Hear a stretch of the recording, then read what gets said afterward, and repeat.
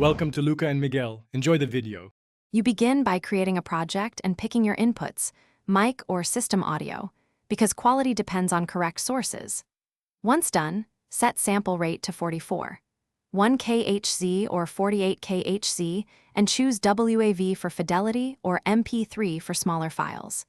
Make sure to create a clearly named project folder with date and version so files stay organized. Now arm the track and check input levels.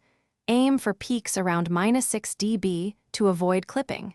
This first setup prevents headaches later and gets you recording immediately. You now configure tracks and monitoring to capture clean takes.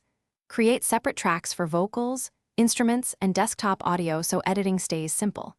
Then enable direct monitoring or lower buffer size to 128/256 samples to reduce latency. You need to hear yourself in sync. Next, adjust input gain and add a basic high pass cut around 100 Hz to remove rumble, plus a light compressor to control dynamics. These steps shape sound before you commit and speed up mixing once recording is complete. You record with intention. Do multiple takes and use punch-in or loop recording for focused fixes, because retakes are faster than perfecting one long take. Once satisfied, label each take, back up the project, and export stems plus a final mixdown for sharing.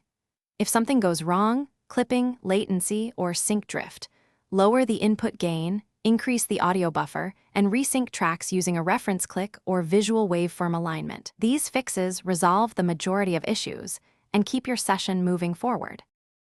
Thanks for watching and please subscribe. It's the best investment you'll ever make.